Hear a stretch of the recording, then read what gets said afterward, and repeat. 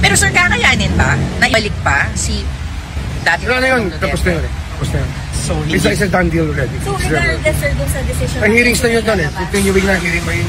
I think there's judicial notice that the hearings are ongoing already in The Hague. So, and there is a setting for September 23. So, we rely on that. So, sir, kahit na maglabas ng decision ang SC dun sa mga petitions na pinay? That's speculative. I cannot answer anything speculative at this point. But for you, sir, mahirap nang ibalik, hindi na maibabalik. Ano po?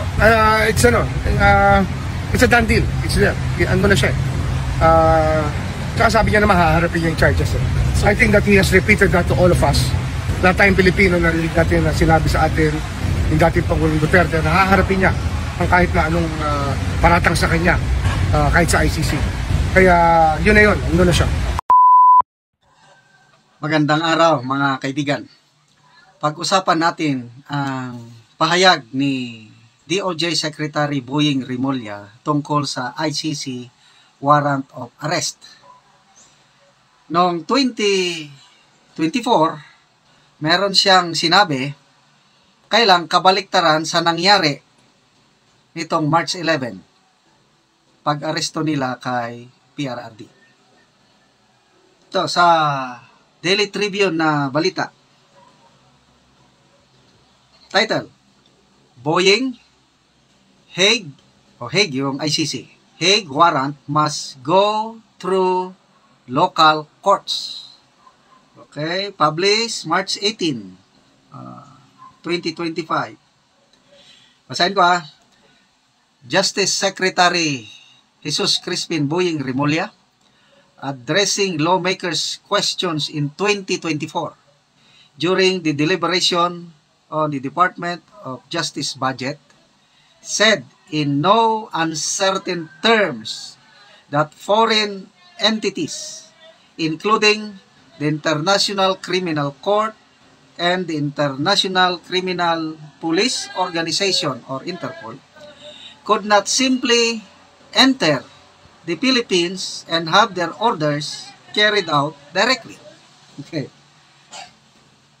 An ICC warrant such as the one supposedly used by the government on March 11 to arrest former President Duterte and fly him out of the country against his will to face charges at The Hague must first be brought before local courts which will determine its validity, Rimulya said. Yun po yung nakalagay sa ICC Rules 59 verse 1, 2, and 3. So, ibig sabihin, alam ni Secretary Rimulya yung ICC rule. Kaya yun ang sinasabi niya last year sa budget deliberation. Duterte's camp has maintained that the former president was kidnapped by the government and turned over to the ICC in violation of both Philippine laws and the ICC's own Section 59. Ito yung exact statement ni Secretary Rimulya. Recorded ito kasi budget deliberation When it comes to them, meaning ICC or Interpol, when it comes to them entering the country, kung gusto nilang pumasok dito upang manghuli at magsagawa ng warrant, kailangan itong dumaan sa ating court system. Di ba, klaro? To enforce a warrant or an action to enforce a judgment, kailangan na dumaan yan sa ating court system. Yan ang mga statement niya. Sabihin natin na nag-issue ng warrant of arrest ang ICC at gustong i-enforce ng Interpol dito para ito'y matuloy at hindi magkaroon ng kasuhan, kasuhan, kinakailangang pumunta muna sila sa korte natin. Di ba, klaro? Hindi naman nila ginawa.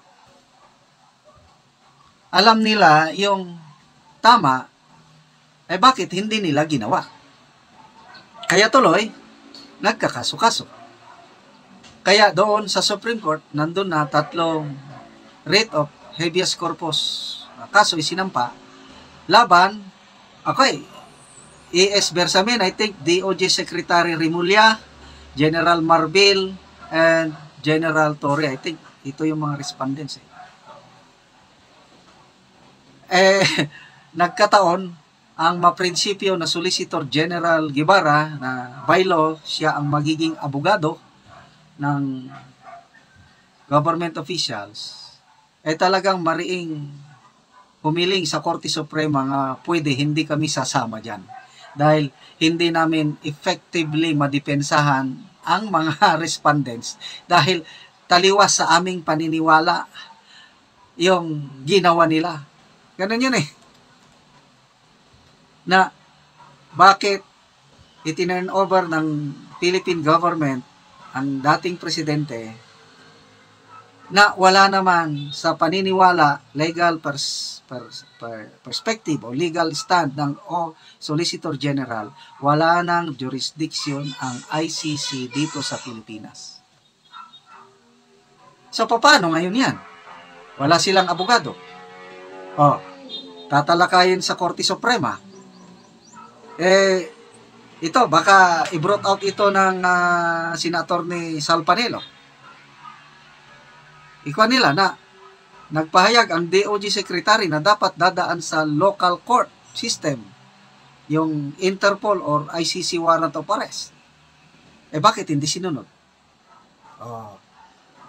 Baka, kasi kung susundin nila yun, magtatagal pa. Kasi hindi kaagad So, ang gusto nila pala is kaagad-agad yung March 11, huliin, isakay sa aeroplano at ilipad. Yun ang plano. So, nag-stick to the plan sila. So, ngayon, nasa Netherlands ng Pangulo, ang tanong, ano kayang mangyari? Senaryo lang, senaryo. Ang ruling ng Supreme Court is paboran ang writ of habeas corpus. Ipakita nyo, i-direct ng Supreme Court ang mga respondents, PNP, DOJ, produce the living body of Rodrigo Roa Duterte. Ano kaya mangyari? Ang ICC ba i-release nila? Nako, yun na nga ang malaking malaking katanungan in kaso na ang Korte Suprema paboran ang writ of habeas corpus na isinampa laban sa mga respondents. Kaya ba nilang i-produce si PRRD? So, magdasal po tayo mga kaibigan, mga nagmamahal kay PRRD. Ang unang labanan po dito muna sa ating Supreme Court. Na sana katigan ng Korte Suprema ang petisyon na isinampa ng tatlong Duterte na magkakapatid. Okay. Umani naman ito ng iba't ibang reaksyon mula sa ating mga netizens. Ayon kay Pablito Orozco, money is the reason why Bunjing's word of honor lost. Pahayag naman ni Ernak Akilala, isa din ito na walang isang salita, natapakan na ng pera ang pagmumukha nito. At ito naman ang saloobin mula sa ating kababayan na si Luz Mary, hypocrisy is rampart now in the Marcos government due to money matters, we are at lost indeed. Mga kababayan, feel free to comment below para maglabas ng saloobin sa balitang ito.